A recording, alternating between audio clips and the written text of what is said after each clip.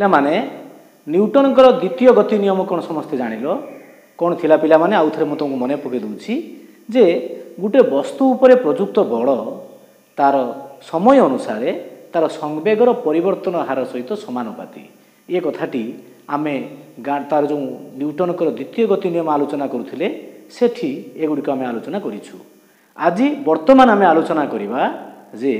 ए जो न्यूटनकर द्वितीय गति नियमर गाणितिक व्याख्या करिबा देखिबा गाणितिक हिसाब रे आमे व्याख्या करिबा न्यूटनकर द्वितीय गति नियम को आमे गाणितिक व्याख्या करिबा। पिला माने गाणितिक व्याख्या कला बेले आमे नबा कोन ना आमे नबा प्रारंभिक परिवेग जोटा आमे प्रारंभिक परिवेग को u नेबा अंतिम परिवेग को आमे v नबा ताले प्रारंभिक परिवेग अर्थ जते t = 0 ताले प्रथमे प्रारंभिक परिवेग u अर्थ t = 0 after t time t समय परे अर्थात t = t तार अंतिम परिवेग मन कर v हैला एवं ए जो परिवेग जो परिवर्तन हैला ए परिवेग परिवर्तन मध्यरे संगठित होइतिबा त्वरण मन कर त्वरण a हैला ताहले पिला माने ता पूर्वर आमे जले संवेग कथा हिसाब करिबा ताले वस्तुर वस्तुत्व हमकु नबाक पड़िबो मन कर वस्तुर वस्तुत्व केते m ताहले जेतले वस्तुर प्रारंभिक परिवेग u अंतिम परिवेग v त्वरण a वस्तुत्व m ताहले जदि आमे यार प्रारंभिक संवेग कथा देखिबा प्रारंभिक संवेग p1 प्रारंभिक संवेग p1 = ताहले केते हेबो mu अंतिम संवेग अर्थात संवेग परिवेग परिवर्तन परे अंतिम संवेग मनकर p2 = केते हैला केते होबो ताहले mv एवं संवेग जो परिवर्तन हैला mu रु mv हैला केते समय हैला t समय हैला ताले हमें लिखि परिबा ताले प्रयुक्त बल f समानुपाती हमें कोन लिखिबा संवेगर परिवर्तनर हार mv - mu बाय हैला t ताले f समानुपाती mv - mu बाय t वर्तमान याको ही हमें सजाड़िबा एवं लिखिबा देखो पिला माने देखो कोन होउची वर्तमान ताले हमें पाइले f समानुपाती कोन हैला पिला माने m हमें कॉमन नेले केते रहिला बाकी v - u बाय हैला t ताले इंप्लाइज f समानुपाती m v - u by t तुमे केते जानिचो पूर्वरु पिला माने a f समानुपाती m बा में याको लिखिबा f = k m ताले जो k टी हमें व्यवहार कले ए k किए ताहले ना k होची आनुपातिक स्थिरांक बोली कहा जाए यह हला आनुपातिक स्थिरांक पिला माने ताले f = ma सहित गुटा आनुपातिक स्थिरांक गुणन करा जाउची। वर्तमान आमे जदि k कथा कहिबा k किए बा k रो मान केते जदि आमे निर्णय करिया को जिबा ताहले पिला माने आमे एतिकी पाइबा जदि आमे एकक बल प्रयोग करिबा ताले k रो मान केते हेबो 1 हेबो। पिला माने एकक बल कोन ना एकक बल हैला बुझिबा दरकार ताहले एकक बल प्रयोग कले k रो मान 1 हेबो ताले एकक बल कोन ना एकक बल हैला गुटे वस्तु उपरे ताहले एकक बल प्रयोग कले ताने एकक वस्तुत्व विशिष्ट वस्तु रे 1 जेमति कि 1 किलोग्राम वस्तुत्व विशिष्ट वस्तु रे 1 मीटर पर सेकेंड स्क्वायर त्वरण सृष्टि कले ताहले सी हबो 1 न्यूटन बा एकक बल आमे कहिबा एकक वस्तुत्व विशिष्ट वस्तु रे एकक ताले त्वरण सृष्टि करिबा को जेतिकी बल आवश्यक ताहाला एकक बल ताहले ये भी एकक मास ये भी एकक त्वरण हेले k रो मान ताहले केते हो पिला माने 1 ताले एई जो k रो मान 1 बाहरिला याको आमे भलो भाबरे बुझिबा आउ टिके भलो भाबरे बुझिबा पिला माने देखो बलर एकक होला 1 न्यूटन ताने 1 न्यूटन = आमे जदि k गुणन ताले एकक बल नेले 1 न्यूटन ताले k नेले m जगह आमे केते लिखिबा ना 1 kg एवं a जगह केते लिखिबा 1 मीटर पर सेकेंड स्क्वायर एवं तुम माने समस्त जानि थिबो 1 kg मीटर पर सेकेंड स्क्वायर होची 1 न्यूटन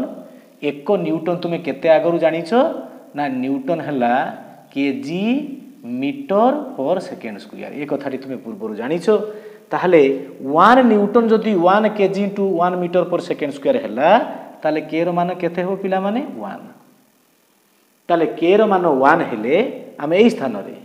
ये जो समीकरण टी पाइथिले के मान 1 बसैले आमे केते पाइले F equal to M A ताले पिला माने मने अछि जेतेबेले न्यूटन द्वितीय गति समीकरण विषय गति नियम विषय आलोचना आरंभ करथिले सेठी ही मु तुम को कहिथिली जे वस्तु उपरे प्रयुक्त बल ताले गुटे वस्तु उपरे केते परिमाण रे त्वरण सृष्टि होउची बा गुटे त्वरण सृष्टि करिया पई तापरे केते परिमाण रो बल प्रयुक्त होबा दरकार प्रयोग होबा दरकार ताले गुटे वस्तु उपरे बल प्रयोग कले सेथिरे केते त्वरण सृष्टि होउची त्वरण एवं बल मध्य संपर्क स्थापन करवा ही न्यूटन गतिर जो द्वितीय गति नियम पर्यवेसित अटे ताले मु एक कथारी प्रथम कही जे न्यूटन द्वितीय गति नियम आम पाइबा गोटे वस्तु उपरे प्रयुक्त बल एवं ता मध्य सृष्टि होता त्वरण मध्य गोटे संपर्क स्थापन केमती करा जाए यह जानिबा बोली मु पूर्व कही एवं से आम पाइले F equal to M A अर्थात गोटे वस्तु उपरे प्रयुक्त बल तार वस्तुत्व एवं सृष्टि होता त्वरणर गुणफल सहित सामान ताहले बल समान प्रयुक्त बल समान केते हैला ताहले पिला माने ना वस्तुत्व गुणन हैला त्वरण वस्तुत्व गुणन त्वरण पिला माने जानिछो ए F equal to M a रु F equal to M a एथु आमे एक न्यूटन बल काहाकू कुहा जाए एक न्यूटन बलर संज्ञा आमे निरूपण करि परिबा केमिति पिला माने ताले आसो पिला माने जिबा एक न्यूटन बल कौन आमे सेठू जानिबा ताले पिला माने F equal to M A एक कथाटी आमे जानिले ताले आमे जदि एठी नबा एफ जगह 1 न्यूटन नबा ताने एम जगह 1 केते नबा 1 केजी ए जगह नेबा 1 मीटर पर सेकेंड स्क्वायर ताहले एक न्यूटन बलर अर्थ कौन ताले एक न्यूटन बलर अर्थ हैला एक केजी वस्तुत्व विशिष्ट एक केजी वस्तुत्व विशिष्ट वस्तुरे 1 मीटर पर सेकेंड स्क्वायर त्वरण सृष्टि पाई आवश्यकीय बल होउची 1 न्यूटन एक न्यूटन ताले एक केजी वस्तुत्व विशिष्ट वस्तुरे आम एक न्यूटन को आम इमाजिन करि पारनथले एथर आम बुझी पारले जदि आम एक केजी वस्तुत्व गोटे वस्तु नबा ता उपर जदि आम बल प्रयोग करिबा सेथिरे जदि आम 1 मीटर पर सेकेंड स्क्वायर त्वरण सृष्टि करि पारिले ताहाले आम जानिबा से बलर परिमाण ताले केते हैला 1 न्यूटन ताहाले पिला माने गाणितिक व्याख्या बुझिले एक न्यूटन बलर अर्थ भी बुझिले वर्तमान आस आम न्यूटन गतिर नियमर किछि एप्लिकेशन आम दैनंदिन जीवन में कौन सब द्वितीय नियम कौ जगार प्रयोग हुए आम ताकू टिके भल भाव बुझा पिला माने क्रिकेट खेलुथिला बेले जेते बेले जड़े फिल्डर कैच धरे तुम मैंने समस्ते क्रिकेट खेलुथिबो बा क्रिकेट खेल देखिथिबो जेते क्रिकेट खेल बेले जेते जड़े फिल्डर जेते कैच टी धरे से हाथ टी एमती तलू टाणी आने एमती धरे कैच टाक एमती तलू टाणी आने किसी समय टाणी सारा पर से धरे पिला माने कहलो कहीं से टाणी धरे जानिछ पिला माने यही कथाटी तुम्हें केवल कहीपर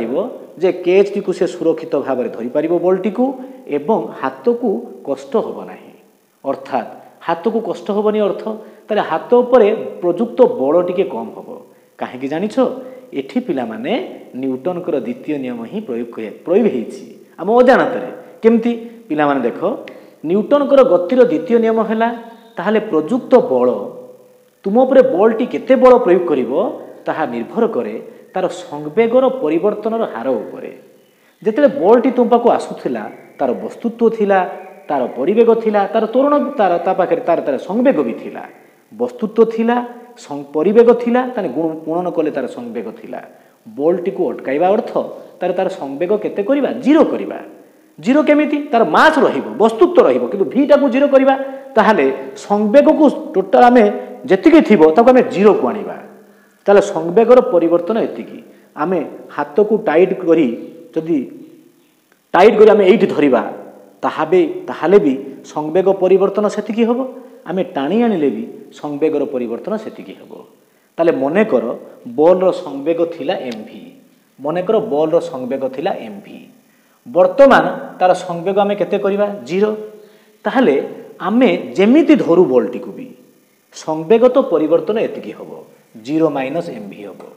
ସଂବେଗ ପରିବର୍ତ୍ତନ ହେବ ଏତିକି। କିନ୍ତୁ ଆମେ ଯଦି ହାତକୁ ଟାଇଟ୍ କରି ଧରିବା ତାହେଲେ ଯେଉଁ ସଂବେଗ ପରିବର୍ତ୍ତନ ହେବ ତାହେଲେ 0 ହେବ। ସଂବେଗ ପରିବର୍ତ୍ତନ ପାଇଁ କମ୍ ସମୟରେ ପରିବର୍ତ୍ତନ ହୋଇଯିବ, ଅଳ୍ପ ସମୟରେ ଶୀଘ୍ର ପରିବର୍ତ୍ତନ ହୋଇଯିବ। କିନ୍ତୁ ଆମେ ଯଦି ହାତକୁ ଟାଣି ଆଣିବା ତାହେଲେ ସଂବେଗଟା ପରିବର୍ତ୍ତନ 0 ହେବାକୁ ଟିକେ ଅଧିକ ସମୟ ଲାଗିବ। ତାହେଲେ ସାଙ୍ଗେ ସାଙ୍ଗେ ପରିବର୍ତ୍ତନ ହେବା ସଂବେଗ ଏବଂ କିଛି ସମୟରେ ପରିବର୍ତ୍ତନ ହେଲେ ଏଥିରୁ ପିଲାମାନେ ଆମେ ଏହା ବୁଝିବା ସଙ୍ଗେ ସଙ୍ଗେ ପରିବର୍ତ୍ତନ ହେଲେ କ'ଣ ହେବ ନା ସଂବେଗର ପରିବର୍ତ୍ତନର ହାର କ୍ୱିକ୍ ଚେଞ୍ଜ। ତେଣୁ ସଂବେଗର ପରିବର୍ତ୍ତନର ହାର ବେଶୀ ହେବ ଏବଂ ହାତଟାକୁ ଆମେ ଟାଣି ଆଣିଲେ ଟିକେ ସମୟ ଦେଲେ ପରିବର୍ତ୍ତନ ହେବାକୁ 0 ହେବାକୁ, ସେତେବେଳେ ସଂବେଗର ପରିବର୍ତ୍ତନ ହାର କମ୍ ହେବ। ତେଣୁ ସଂବେଗର ପରିବର୍ତ୍ତନ ହାର କମ୍ ହେବ, ସାଙ୍ଗେ ସାଙ୍ଗେ ଧରିଲେ ସଂବେଗର ପରିବର୍ତ୍ତନ ହାର ବେଶୀ ହେବ ଏବଂ ସଂବେଗର ପରିବର୍ତ୍ତନ ହାର ଯେଉଁଠି ବେଶୀ ହେବ ସେଠି ବଲ୍ ତୁମ ଉପରେ ଅଧିକ ବଳ ପ୍ରୟୋଗ କରିବ। କିନ୍ତୁ ସଂବେଗର ପରିବର୍ତ୍ତନ ହାର କମ୍ ହେଲେ ତୁମ ଉପରେ ପ୍ରଯୁକ୍ତ ବଳର ପରିମାଣ କମ୍ ହେବ ଏବଂ ଆମମାନଙ୍କୁ କଷ୍ଟ କମ୍ ହେବ। ତାହେଲେ ପିଲାମାନେ ଏଇଠି ତୁମମାନେ ସମସ୍ତେ ବୁଝିପାରୁଥିବ ଯେ ଆମେ କ୍ରିକେଟ ବଲ୍ ଧରିଲା ବେଳେ କାହିଁକି ହାତଟିକୁ ଆମେ ଟାଣି ଆଣୁ, ସେଥିରେ ଆମକୁ କମ୍ କଷ୍ଟ ହୁଏ। ଏଇଠୁ ପିଲାମାନେ ତୁମମାନେ ସମସ୍ତେ ବୁଝିପାରୁଥିବ ଯେତେବେଳେ ହାଇ ଜମ୍ପ ଜଣେ ଏଥଲେଟ୍ ହାଇ ଜମ୍ପ ମାରେ, ଉଚ୍ଚ ଡିଆଁ ଯେତେବେଳେ ଯେଉଁଠି ପଡ଼େ ସେ ସ୍ଥାନ ଗୋଟେ ନରମ ବିଛା ଯାଇଥାଏ।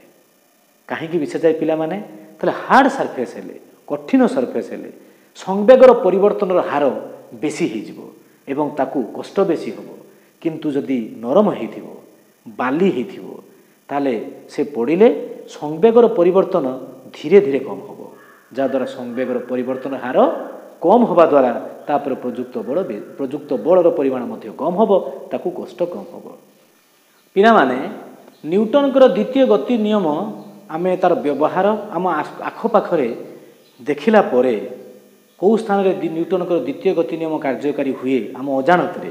ଆମେ ସେଗୁଡ଼ିକୁ ଆଲୋଚନା କଲା ପରେ ଆମେ ଏଇ କଥାରେ ଆମେ ପହଞ୍ଚିଲେ ଯେ ନ୍ୟୁଟନଙ୍କର ଦ୍ୱିତୀୟ ଗତି ନିୟମ ହେଉଛି ପ୍ରକୃତ ଗତି ନିୟମ। ତୁମମାନେ ସମସ୍ତେ ଜାଣିଛ ପିଲାମାନେ, ଆମେ ଏଇ ଦ୍ୱିତୀୟ ନିୟମଟିକୁ ତର୍ଜମା କରିବା ତାହେଲେ ଏଥିରୁ ଆମେ ନ୍ୟୁଟନଙ୍କର ପ୍ରଥମ ଗତି ନିୟମ ପାଇପାରିବା। କେମିତି ଦେଖ ପିଲାମାନେ, ଆମେ ଜାଣିଲୁ ନ୍ୟୁଟନଙ୍କର ଦ୍ୱିତୀୟ ଗତି ନିୟମରୁ ଆମେ ଏହା ଶିଖିଲେ ଯେ F = ma, ଆମେ এই କଥା ଜାଣିଲେ। ବର୍ତ୍ତମାନ F = ଆମେ ଲେଖିପାରିବା m × v - u/t, ଯେଉଁଟା ଆମେ ଗତିର ପ୍ରଥମ ସମୀକରଣ ଜାଣିଥିଲେ। ତାହେଲେ ଆମେ ft ଏଠି ଗୁଣନ କରିବା, ft = ତାହେଲେ କେତେ ହେବ ପିଲାମାନେ mv - mu। ଆଚ୍ଛା ପିଲାମାନେ, ଯଦି ଗୋଟେ ବସ୍ତୁ ଉପରେ ଆମେ ବଳ ପ୍ରୟୋଗ କରିବା ନାହିଁ ତାହେଲେ f ର ମାନ ଆମେ କେତେ ନେବା 0। ତାହେଲେ f ର ମାନ 0 ନେଲେ ତାହେଲେ ft = କେତେ ହେବ 0। ତାହେଲେ ଆମେ ପାଇବା mv - mu = 0। ତାହେଲେ ସେଇଠୁ ଆମେ ପାଇଲେ mu = mv, ତାହେଲେ ଇମ୍ପ୍ଲାଇଜ୍ ଆମେ ପାଇବା u = v, ଅର୍ଥାତ୍ ପ୍ରାରମ୍ଭିକ ପରିବେଗ ସମାନ ହେଲା ଅନ୍ତିମ ପରିବେଗ। এইଠୁ ଆମେ ପିଲାମାନେ କ'ଣ ବୁଝିଲେ, ଯଦି ଗୋଟେ ବସ୍ତୁ ଉପରେ ବାହ୍ୟ ବଳ ପ୍ରୟୋଗ କରା ନଯାଏ ତାହେଲେ ତାର ପରିବେଗରେ କୌଣସି ପରିବର୍ତ୍ତନ ହେବ ନାହିଁ, ଅର୍ଥାତ୍ ସ୍ଥିର ବସ୍ତୁ ସ୍ଥିର ରହେ ଏବଂ ଗତିଶୀଳ ବସ୍ତୁ ସେହି ପରିବେଗରେ ଗତି କରେ। ତାହେଲେ ଜାଣିପାରୁଛ ପିଲାମାନେ, ଏଇଥିରୁ ତୁମେ ସମସ୍ତେ ଭଲ ଭାବରେ ବୁଝିପାରୁଥିବ ଯେ ନ୍ୟୁଟନଙ୍କର ଦ୍ୱିତୀୟ ଗତି ନିୟମଟି ହେଲା ପ୍ରକୃତ ନିୟମ। ତାହେଲେ ପିଲାମାନେ ଏଗୁଡ଼ିକର ଆମେମାନେ ସମସ୍ତେ ଏଇ କଥା ବୁଝିଲେ ଯେ ତାର ଗାଣିତିକ ବ୍ୟାଖ୍ୟା ସହିତ ନ୍ୟୁଟନଙ୍କର ଦ୍ୱିତୀୟ ଗତି ନିୟମର ଗାଣିତିକ ବ୍ୟାଖ୍ୟା ସହିତ ଅଜାଣତରେ ଆମେ ଦ୍ୱିତୀୟ ନିୟମକୁ ପ୍ରୟୋଗ କରୁଥିବା ଯେଉଁ ସ୍ଥାନ ସବୁ ପ୍ରୟୋଗ କଲୁ ସେ ବିଷୟରେ ଜାଣିବା ସହିତ ଏକଥା ମଧ୍ୟ ଜାଣିଲେ ଯେ ନ୍ୟୁଟନଙ୍କର ଦ୍ୱିତୀୟ ଗତି ନିୟମଟି ହେଲା ପ୍ରକୃତ ଗତି ନିୟମ। ତାହେଲେ ପିଲାମାନେ ବହିରେ ଥିବା ବିଭିନ୍ନ ଗାଣିତିକ ସମସ୍ୟା ଗୁଡ଼ିକୁ ସମାଧାନ କରିବ, ସମାଧାନ କରି ନ ପାରିଲେ